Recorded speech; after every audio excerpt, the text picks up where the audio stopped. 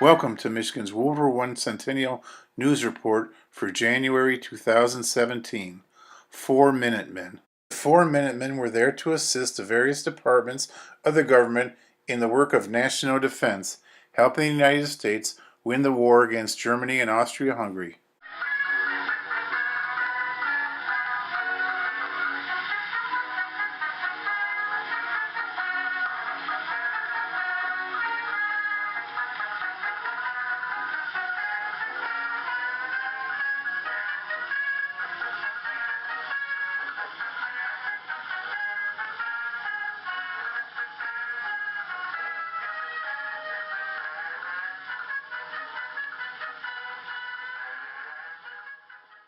The State Report.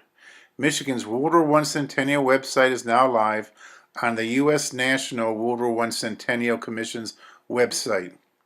On the Michigan's WW1 Centennial webpage, you'll find articles, monthly video blogs, and event calendar. There's also a very detailed map of the state's WW1 Centennial monuments and memorials and historic sites. Senate Bill 670 did not get through the state legislative process last year. Therefore, State Senator Rebecca Warren will reintroduce legislation to create a WW1 Centennial Commission for Michigan.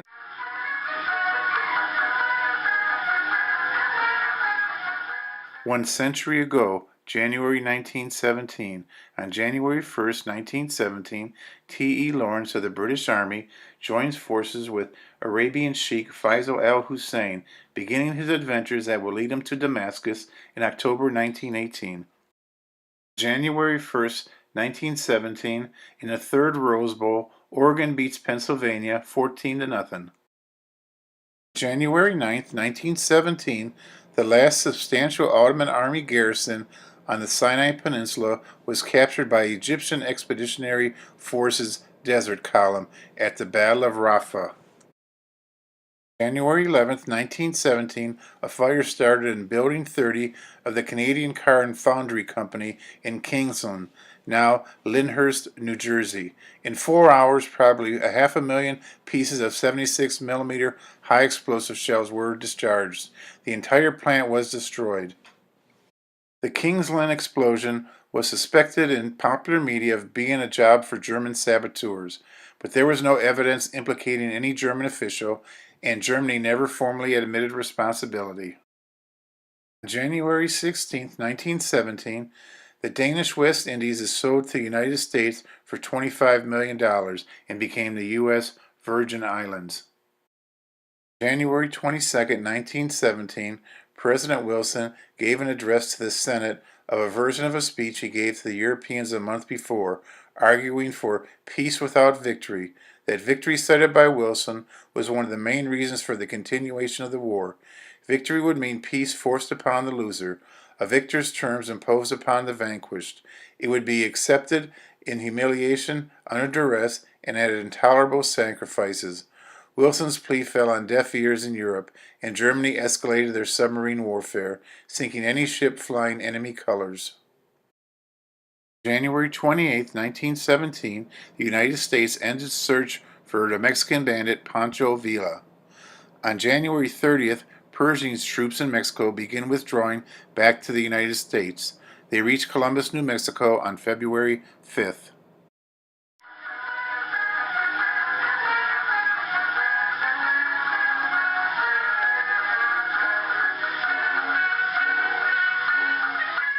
On April 6, 1917, President Wilson declared war on Germany. On April 13, 1970, through Executive Order 2594, he established a Committee on Public Information. The committee was chaired by newspaperman George Creel from Mississippi. The Committee on Public Information, or the Creel Committee, was an independent agency of the U.S. government created to influence U.S. public opinion regarding American participation in the World War. The Creel Committee used every medium available to create enthusiasm for the war effort and enlist public support against foreign attempts to undercut America's war aims. George Creel urged President Wilson to create a government agency to coordinate not propaganda as the Germans defined it, but propaganda in a true sense of the word, meaning the propagation of faith. He was a journalist with years of experience on the Denver Post and the Rocky Mountain News before he accepted President Wilson's appointment to chair the CPI committee. The committee made sure that every source of news that Americans saw, whether it was in magazines, country weeklies, or city newspapers, was not merely officially approved information, but precisely the same kind of information that millions of other fellow citizens were getting at the same moment. Every war story had been centered somewhere along the line, at the source, in transit, or in the newspaper offices, in accordance with the voluntary rules established by the Committee on Public Information. The Committee on Public Information also had a dark side. It was political. George Creel knew the newspaper publishing industry and was able to trace negative news stories to its source. One negative news story he traced to Lewis Howell, assistant to Assistant Secretary of the Navy Franklin D. Roosevelt, and threatened to expose him to President Wilson. As a Wilson partisan, Creel showed little respect for his congressional critics, and Wilson enjoyed how Creel expressed sentiments the president could not express himself.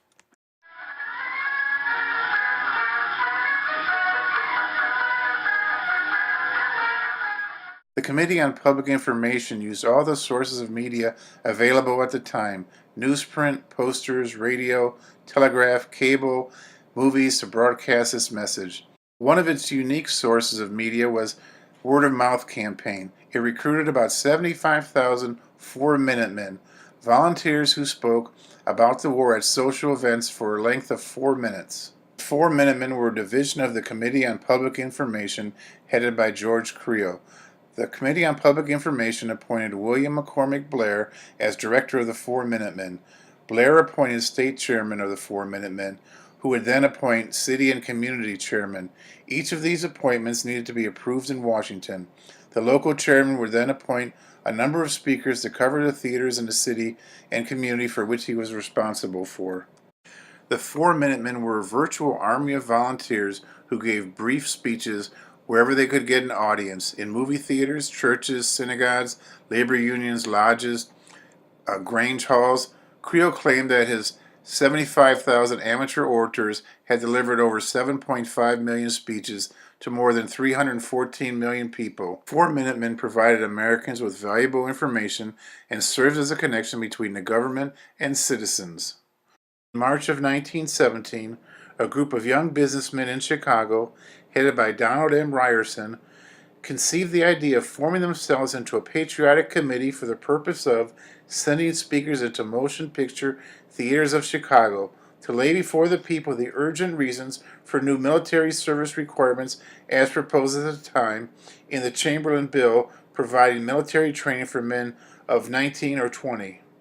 Young men were selected as speakers because the first calls for national defense were naturally fall upon them, and it was felt that therefore they were the proper persons to present arguments in favor of such service.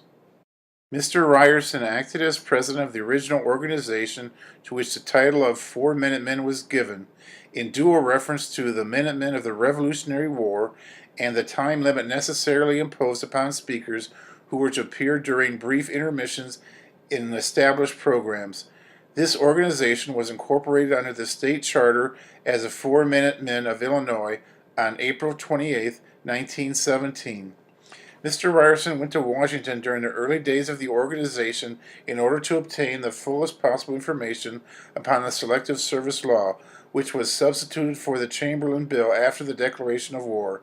In this way, he came to contact with officials of the National Council of Defense and also with Mr. George Creel, chairman of the Committee of Public Information, and the idea of extending the scope of organization to cover the national field began to take root. The purpose of the organization, as stated in the early days, was as follows. The purpose of the 4-Minutemen is to assist the various departments of the government in work of national defense during the continuance of the war by the provisions of a national organization of volunteer speakers to present moving picture theater audiences 4-minute direct messages on subjects of vital national importance prepared under the authority and direction of the proper government office. This organization will provide a national mouthpiece under centralized direction at Washington, working with the patriotic assistance of the motion picture industry, through which these messages of the government departments to the people can be cleared without confusion.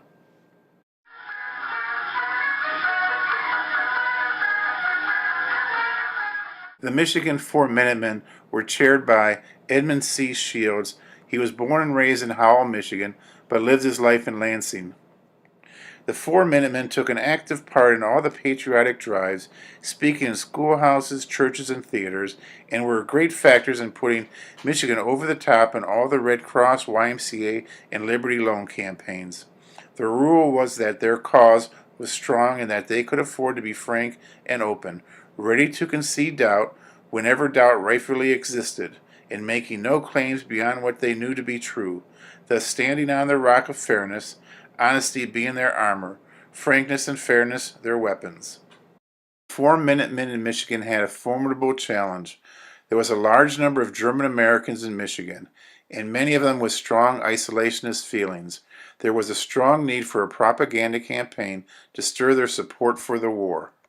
Besides having a large German American population, there was also a large population from Eastern Europe. Their homeland was the Austro-Hungarian Empire. They recently came over in the last 10 to 15 years to work in the automobile factories. The 4 Minutemen had a challenge. Could they make these Americans forget about their homeland and realize that they were Americans?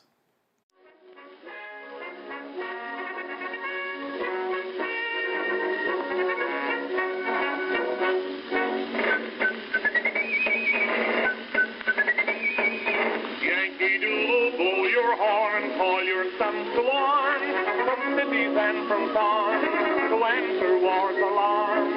There's our nation to protect the duty to be done. We've got to fight for what is right, so give each one a gun. On the land, on the sea, in the air, everywhere, do or dare. Every mother, son, a soldier with a gun upon his shoulder will be there to his share. First in peace, first in war, we declare. Let our foes have a care. My country, hear our song, 100 million strong, on the land, on the sea, in the air, right or wrong.